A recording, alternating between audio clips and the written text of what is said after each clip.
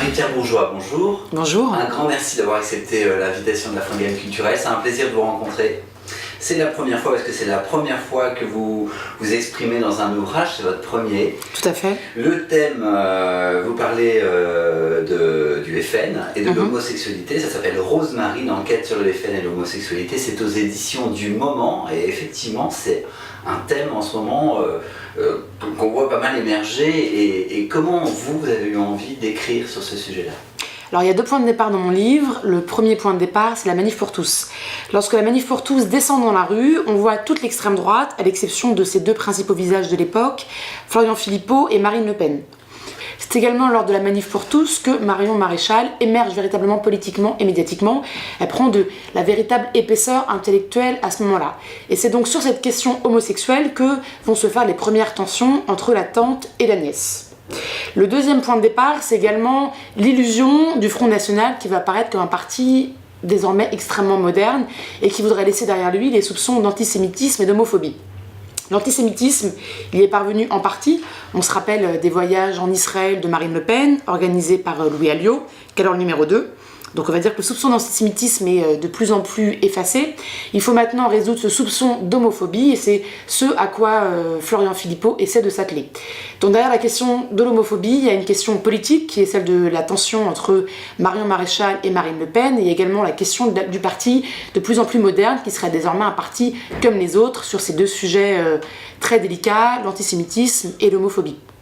Et c'est comme ça que vous êtes dit, là il faut que je fasse quelque chose au point d'en faire un bouquin. Moi, c'est ça que je voudrais savoir. Pourquoi ce déclic? Alors, vous avez raison, c'était un sujet délicat, mais moi, j'ai vraiment eu envie de faire ce sujet quand j'ai vu que Minute, qui est donc un des grands journaux de l'extrême droite, en face la couverture et titre Les gays de la marine. Ça voulait dire qu'il y avait un vrai sujet à l'extrême droite qui gênait, qui en même temps faisait parler. Quand vous commenciez à parler avec certains militants du Front National, on vous disait oui, c'est vrai, il y a beaucoup d'homosexuels au siège à Nanterre, mais moi, dans ma fédération en province, ça reste compliqué. Donc on avait l'impression qu'il y avait ce paradoxe entre Paris et le reste de la France, avec finalement une mue au forceps de ce parti qui voudrait avoir de nouveaux habits, mais qui reste en même temps toujours un parti un petit peu à part sur l'échiquier. Et là, je me suis dit, il y a quelque chose à faire, allons-y. Alors, allons-y, et à partir de là, comment vous allez travailler votre livre? Alors j'ai voulu faire plusieurs choses dans le livre. C'est vraiment un livre d'enquête. Il y a à la fois des témoignages des lieutenants de Marine Le Pen. Donc ce qui est très intéressant, c'est qu'on voit que l'entourage de Marine Le Pen est composé de beaucoup d'homosexuels, d'abord par un phénomène de cercle concentrique, c'est-à-dire que forcément par un phénomène de boule de neige, on a tendance à recruter, quand on est collaborateur, des gens qui nous ressemblent. Donc forcément, de par un phénomène de boule de neige, il y a eu beaucoup d'homosexuels autour de Marine Le Pen. Donc ça, c'est des gens que j'ai rencontrés pour mon livre.